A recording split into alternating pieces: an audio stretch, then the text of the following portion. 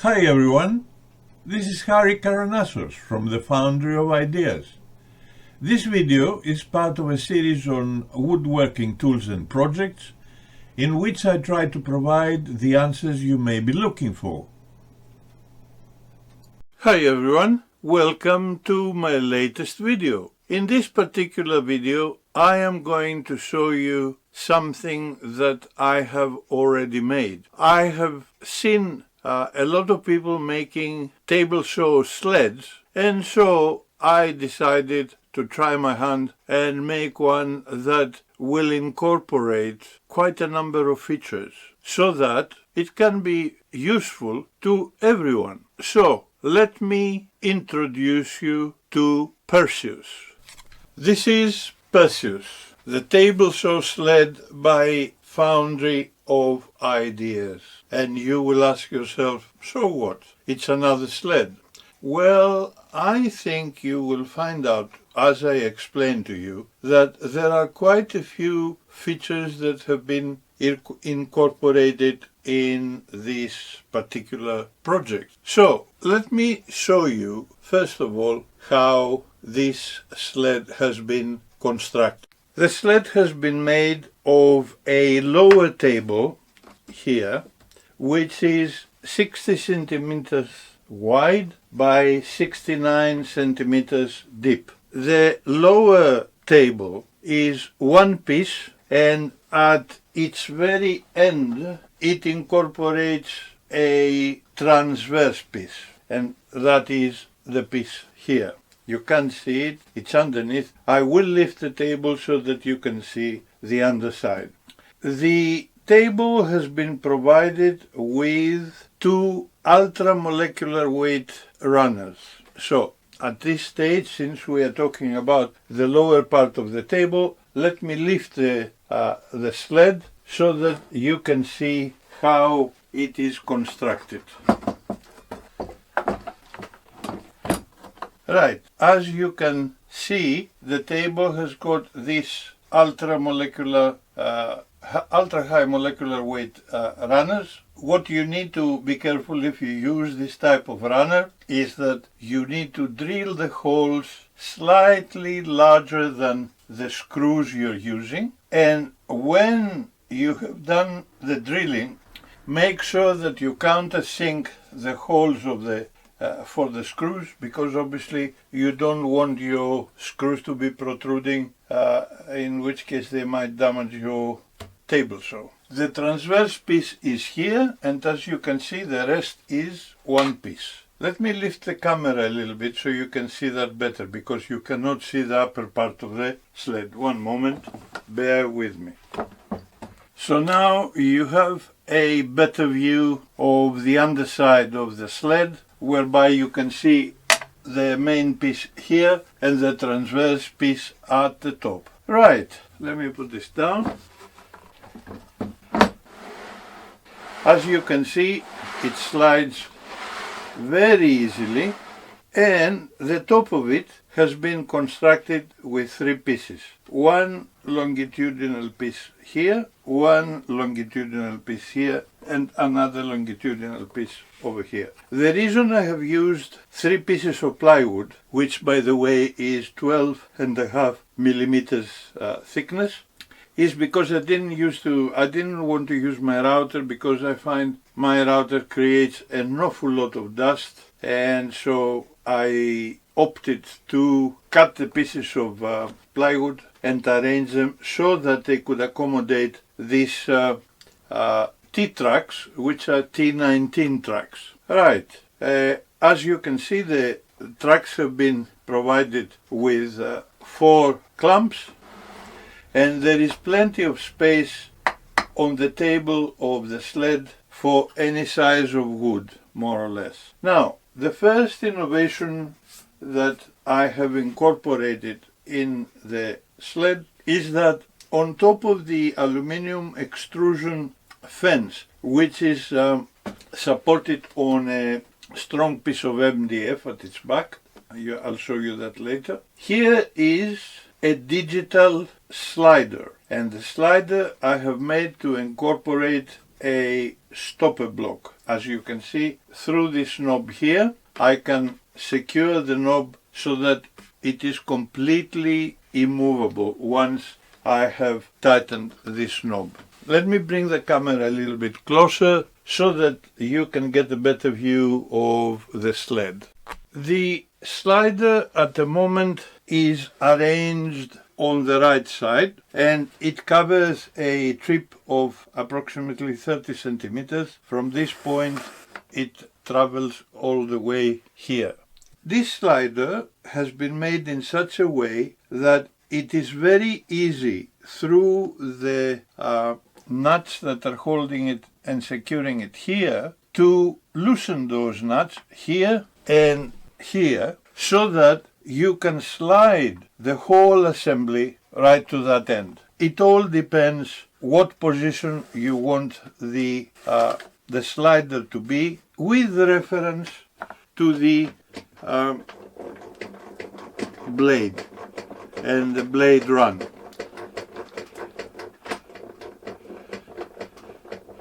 As you can see, I will turn the camera so you have a good view. This is the actual blade in reference to the fence. This is the blade here, and so you can see it enters the aluminium extrusion fence over here. Now, if I move the sled so that it becomes flush with the blade of the table saw, I will show you what happens. The blade is now here, and it is already partially inside the fence arrangement. So I can untighten the knob and I can move the slider. Now, if I put it flush with the blade, then I will show you what happens with the actual reading, which of course, because it is now touching the blade, I will zero. And when I move the slider all the way to the very end, I have 15.67 centimeter travel. And just to prove you that I am not telling stories, you can see that the ruler confirms the figure of 15.7. Now, if the piece of wood that I want to cut is larger than 15.7 centimeters, it is very easy for me to undo this stopper that is here. I can take it out very easily, and by loosening these two nuts here and these two nuts on the other side, I can very easily shift the whole assembly over here. Let me just do that so you can see what I mean. I have loosened those nuts that I was telling you about, and now, as you can see, I can move the whole assembly to this end, and I have to stop here because now my block is touching the blade. So let me just lower the blade.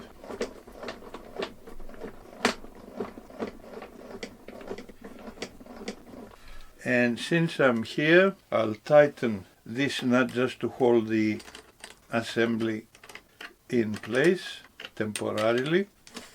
And now I will lift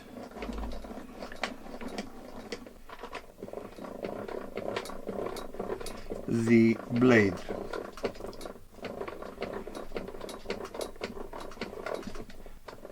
Okay, so let me bring this flush with the blade.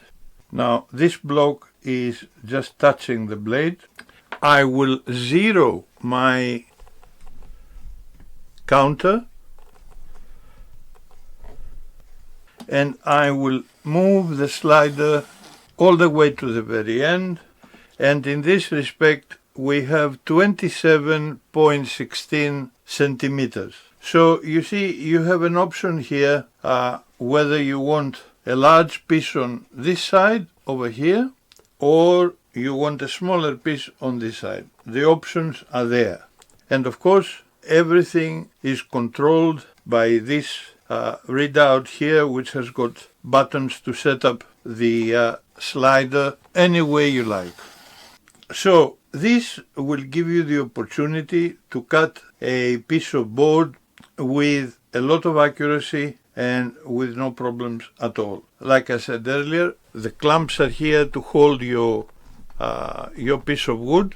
We have more clamps than we need. And should you feel that you need to use a stopper, that stopper can also be incorporated anywhere you like.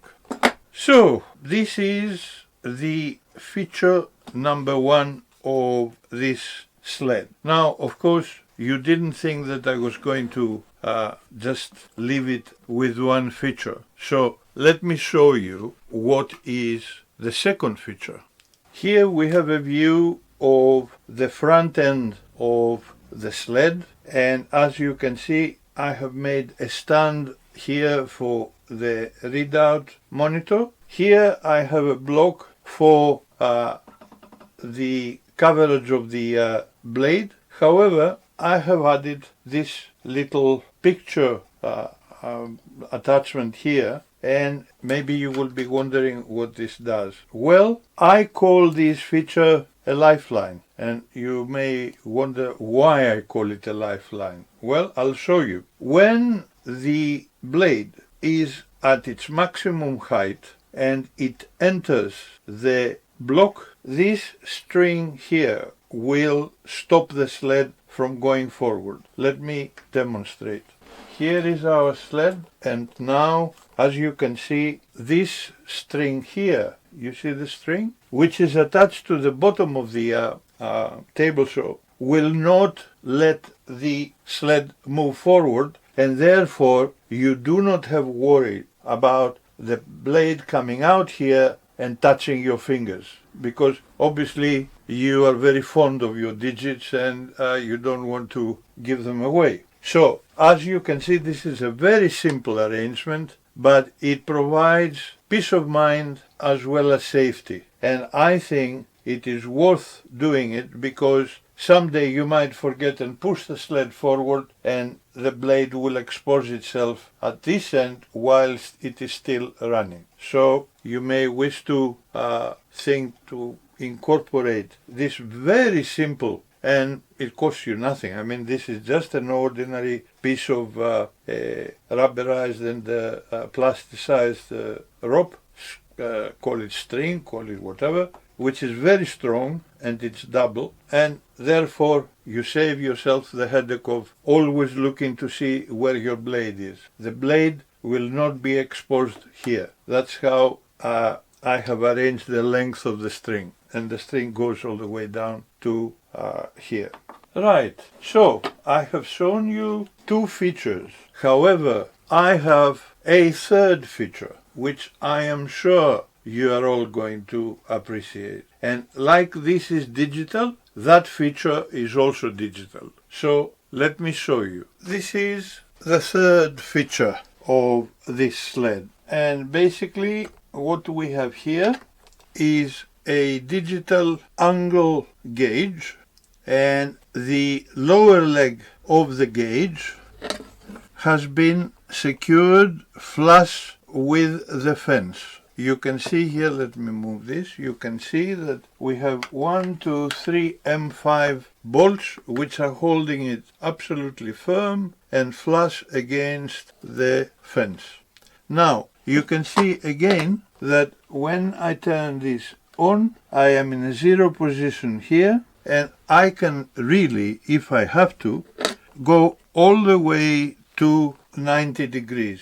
In fact, at the moment it is 89.35, and now I am exactly 90 degrees as per the digital readout. So, supposing you want to build a frame, let's say this is the wood that you want to use. You can bring your wood whatever position you want so that you can cut your angle here, and of course you can always regulate this to be, let's say, 44.65. Let me arrange this. 45 degrees, and I am securing this leg, which comprises an aluminium angle bar, which is secured with bolts onto the upper leg of the gauge arrangement. And here I have provided a non-slip strip which holds the wood firm.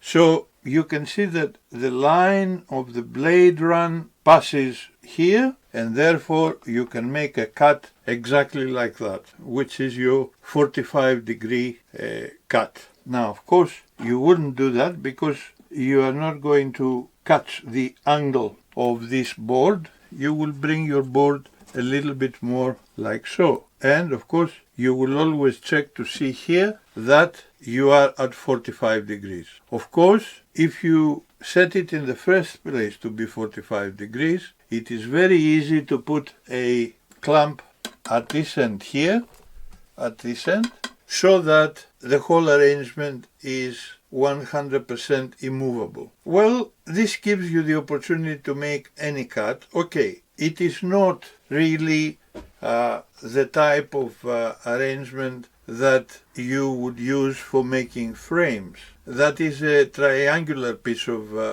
wood that again can very easily be placed here on this side, flush against the fence, and with its apex pointing towards the blade. However, there is nothing wrong so long as you are careful and you take your time to make any cut that you like with this system here. It is a very, very easy to use system, as well as it is very easy to remove the holding bolts. They are very, very easy to use. Let me just show you for the sake of demonstration.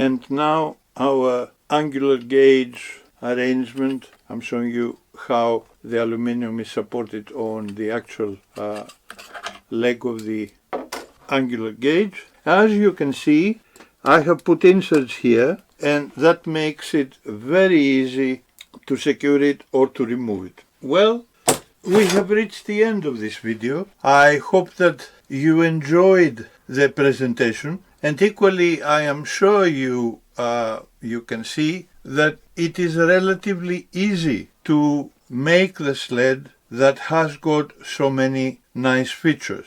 We spoke about the slider here, which gives you extreme accuracy when you want to make a cut of a certain length, like let's say placing your piece of board here, making sure that the knob is tight. There we are. Perfect. So now we are there, and as you can see, there is no, even if I hit the stopping block here, there is no deviation, just stays vertical. So that is how we do the crosscut. I've already shown you the angular gauge with which you can cut the board at any angle you desire. And of course, really what I feel is a good idea is the idea of the lifeline, because that will always put your mind at peace, in the sense that you will not worry, oh, maybe the blade is going to come out and cut my finger. No, no such chance. It won't happen. And of course, the best part of the story of the lifeline is that it's just a piece of string. That's all it is. You don't have to spend any money. I'm sure you have a piece of string in your workshop, and it's very, very easy to attach. Once again, I hope you enjoyed the presentation. If you have any questions, as always, do let me have them. Any questions whatsoever, I will entertain, and I will entertain immediately. Thank you for watching. Stay happy, stay healthy, and I hope to see you in my next video. Bye-bye for now.